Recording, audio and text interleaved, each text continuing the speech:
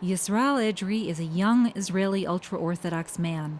He'd like to spend all his day in religious studies, but as the father of 2 children and a third on the way, life's challenges have stepped in. יש רצוי ויש מצוי. אם אתה שואל אותי מה הייתי רוצה לשבת ללמוד כל הזמן. Reality hit. If you ask me, I'd like to sit and study all day long, but the reality is that you have to go out and work, especially if you want to live in an expensive city like Jerusalem, and give your kids what they need. Yisrael Edry is the exception. The vast majority of ultra-Orthodox men in Israel do not work, choosing a pious and largely impoverished life of studying Torah or the Bible instead. With birth rates 3 times the Israeli average, ultra-Orthodox communities are mushrooming. Many live on charity. Judging from statistics, the trend among ultra-Orthodox men was to increasingly keep out of the workforce. In 1970, 20% were unemployed. Today, a whopping 65% of the men don't work by their own choice. Once a tiny minority, ultra-Orthodox Jews, known as haredim, now number about 700,000 and make up about 10% of Israel's population. And that's a problem. Many feel this lifestyle cannot sustain itself and is an increasing burden on the state.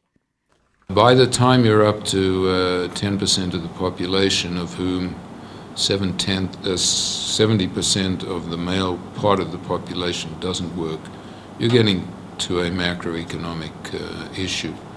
A number of groups have been trying to make arrangements to integrate Haredi men into the workforce. Without adequate education in math, science, English, and other core subjects, ultra-Orthodox have limited employment qualifications, and when they do decide to work, they prefer to do it discreetly. A lot of people come to me and say, "Give me a place to work where I'm not seen." Why? Because it's unpleasant for me. Because my brother doesn't know I'm working. I know a guy who works in a high-tech firm for 3 years now, and no one in his family knows he's working. Dan Ben-David, a Tel Aviv University economist who heads the Taub Center for Social Political Studies, has been warning about the need to enforce core education on Haredi schools. We need more and more educated people because we're a more advanced society, and we need less and less uneducated. And what's happening here is perverse, because we're basically enabling a huge portion of society to deprive their kids of what they need when they grow up, and to deprive us as a society of the doctors and engineers and everything else that a modern society needs. At Tevet, an employment initiative by the American Jewish Joint Distribution Committee, they found that despite formal education, Haredi men caught on fast. It's very easy for them.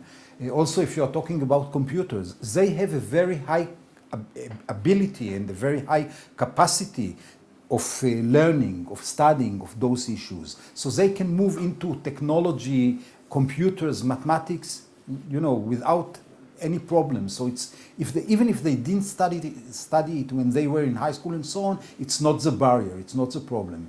At Mafteach, they are also directed to training as bus drivers, nurses' aides, locksmiths, and even construction workers.